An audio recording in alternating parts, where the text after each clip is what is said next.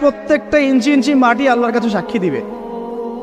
যেখানে যে মাটিতে বসে অবিবাহিত যুবক যুবতী জেনা করেছে আর বিবাহিত যুবক যুবতীরা এবং এই স্বামী স্ত্রীরা জেনা করেছে, এর ইঞ্চি ইঞ্চি মাটি আল্লাহর কাছে কথা বলবে। এর ইঞ্চি ইঞ্চি মাটি আল্লাহর সামনে কথা বলবে।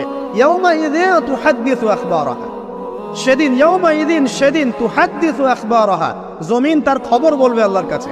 জমিনের কোথায় কোন পাপ হয়েছে সব বলে দিবে। এই জমিনে এখানে দাঁড়িয়ে জেনা করেছে, ওইখানে দাঁড়িয়ে মদ খেয়েছে, ওইখানে কাউকে খুন করেছে, জমিন বলে দিবে। একটা কথা এখানে মাঝখানে বলে দেই, যারা অবিবাহিত যুবক যুবতী আছো, এই লেকচার তোমরা যারা শুনছো, তোমাদের মধ্যে কেউ যদি জেনা করে থাকো, অবিবাহিতর কথা বলছি, তোমাদের কাঁধের মধ্যে এখন 100 বেত্রাঘাতের শাস্তি ঝুলে আছে।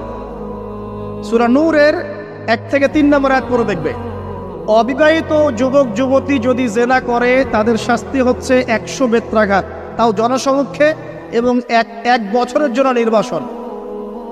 এই বিধানগুলো যদি পৃথিবীর কোনো দেশেও না থাকে, আসমানে আছে। মরার সাথে সাথেই এই বিধান কার্যকর হবে ইনশাআল্লাহ।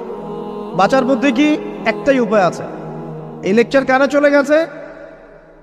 অনতিবিলম্বে অজু করবে, অজু করে খালেসভাবে রাতের শেষ রাতে জায়নামাজ বিছাবে, জায়নামাজ বিছিয়ে আল্লাহর সামনে দাঁড়িয়ে 2 রাকাত নামাজ পড়বে, পড়ে নিজের পাপের কথা স্মরণ করে চোখ দিয়ে দরদর করে পানি ফেলে দিবে, আল্লাহকে সেজদায় গিয়ে বলবে, আল্লাহ আমি জেনা করেছি, আমাকে মাফ করে দাও, আমার এই পাপের কথা কেউ জানে না, তুমি জানো, মাফ করে দাও।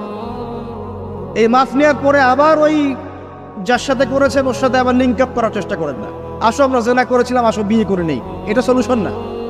জেনা করেছেন, আগে তওবা করে ফিরে আসতে হবে, তারপরে পুরো জীবন ইসলামিক লাইফ লিড করতে হবে। আল্লাহ যদি দেখেন যে হ্যাঁ আপনি ঠিকঠাক তওবা করে আল্লাহর পথে চলছেন, আল্লাহ তখন আপনাকে নেককার স্ত্রী দিবে ইনশাআল্লাহ।